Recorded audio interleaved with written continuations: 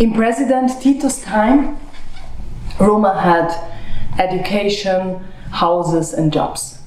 My parents, my uncles, my aunts, all were educated, and it was very important for my family to send their children to school. Most of the Roma had at that time a job.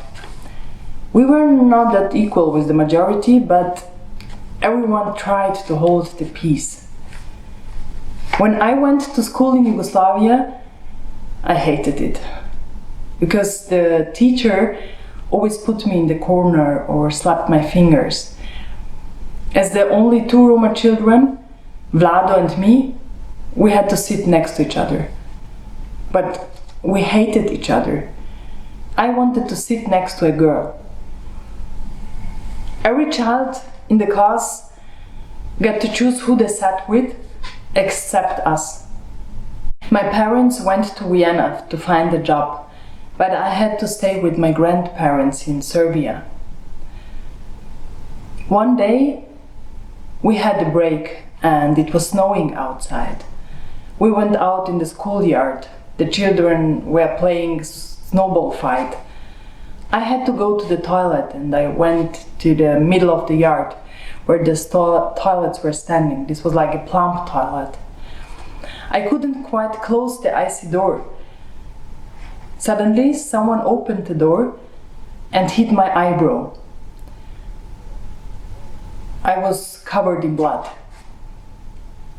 I ran in the classroom, but the teacher just said, "Don't bleed in my class, go to the hospital."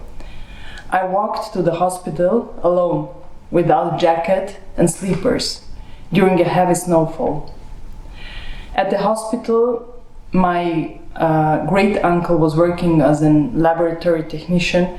He called my grandparents, and everyone was shocked of this story. And I had to have stitches in my eyebrow. After this accident, my parents decided to take us to Vienna, me and my sisters. My grandfather just said, "It is better to leave the country. A war will come." He knew the signs. A sign was for him that my father lost his job in a very big metal factory where he was working as a locksmith. He said, when big factories are suddenly closing, then bad time will come for the minority. We will be the scapegoats. When I think of my grandfather, I always remember his words, and Yugoslavia and Tito. I was very disappointed by Vienna. I thought here in Austria everything will be better. But there was not a big house with a yard, no animals, no mountains, no woods where I used to play with other children. We lived in a little flat, 30 square meters, 8 people, and sometimes 10 when other family members needed a place to sleep.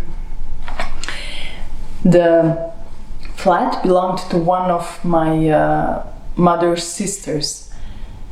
It was not easy to rent an apartment as a migrant and without knowing German. My parents found a job as a typical Gastarbeiter, as they were called here in Austria. My mother, she was a dishwasher, and my father was a cook.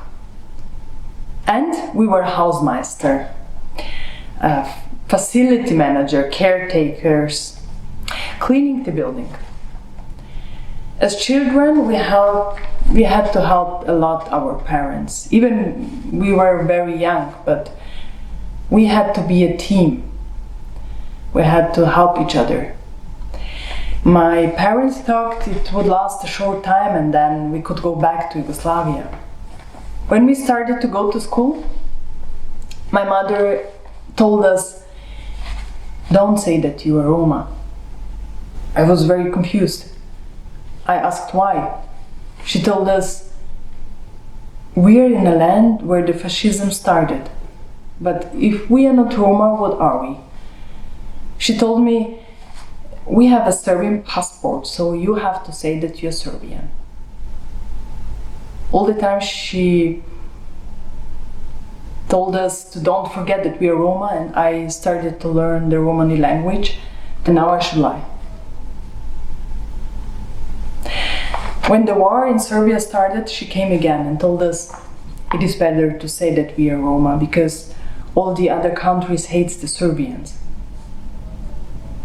I was too young to understand all of these things, but we had to learn quickly.